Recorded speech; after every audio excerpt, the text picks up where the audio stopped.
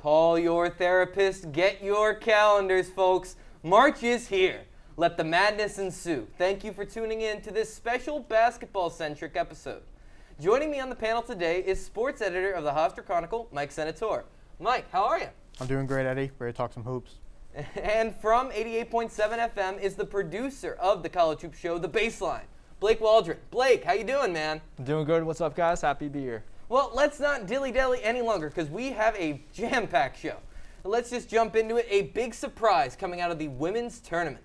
Hofstra upsetting Towson in overtime, topping Kiana Jeter and the Tigers. What did you take away from that game, that special first CAA conference win for the first time in a couple years for the Pride?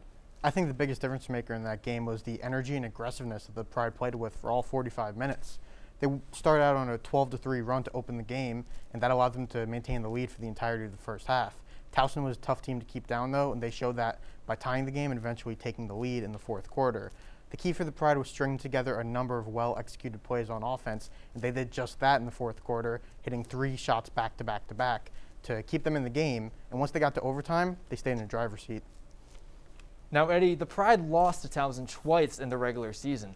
But to have this game, one of those losses, by the way, was by 28 points. To have this game to kind of avenge those losses was so big for them. Gershon Knight starting out the game with a steal and a layup really brought the energy up for the team. Jalen Hines with a double-double, 14 points, 14 rebounds. Caleb Brown with 28 points of her own. Just an all-around great effort for the Pride.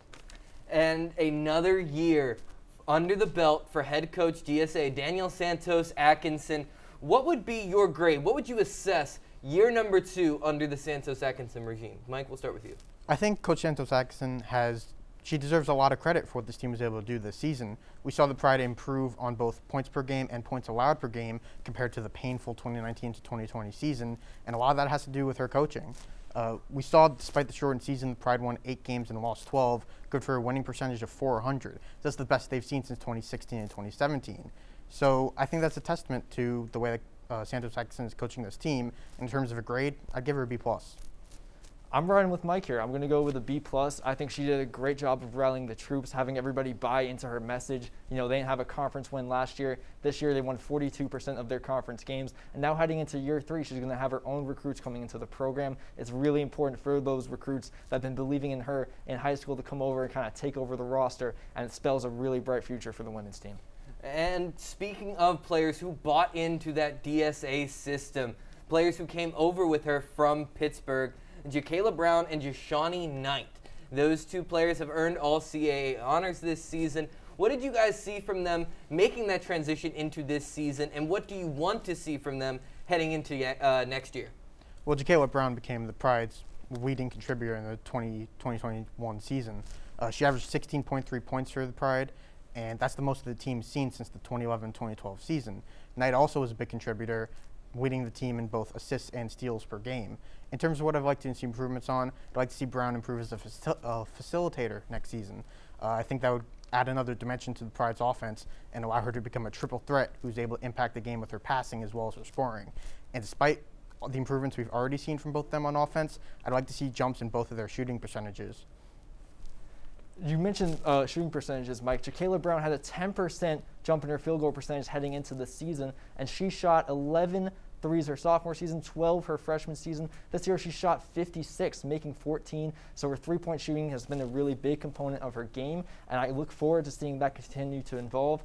For Jashani Knight, it's going to be really important for her to raise her free throw shooting percentage. She shot 59% from the line this year, and limit her turnovers. She had a few games here where she had over 5 turnovers. It's going to be important for her to get those down for the Pride to have a successful season next year. And now let's step over to the men's side of things. Head coach Joe Mihalik stepping into a new role here at Hofstra Athletics, and that means a nationwide coaching search for the coach of the head position for the men's basketball team.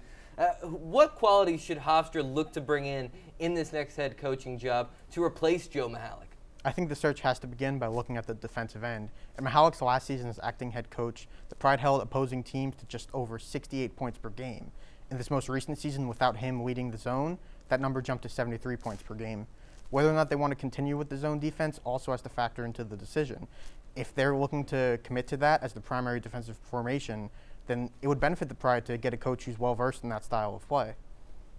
I think what would benefit the team most is a coach that runs an up-tempo offense. You got to play for your personnel that you have now. You have David Green, Devon Kramer, long, rangy, quick wings. You don't have those, stout guards before like DeJour Bowie, Justin Wright Foreman, and Jalen Ray. So it's going to be important to put an emphasis on those personnel players. And now, kind of switching to the man defense. These guys can switch 1 through 5. It's going to be really important to kind of hone in on that. And when it comes to a coaching search, it's going to be really interesting to see if they can kind of pull a player. We saw it down in Virginia Tech this year.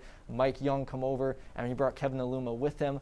Can Hofstra pull a star player with their next coach as well?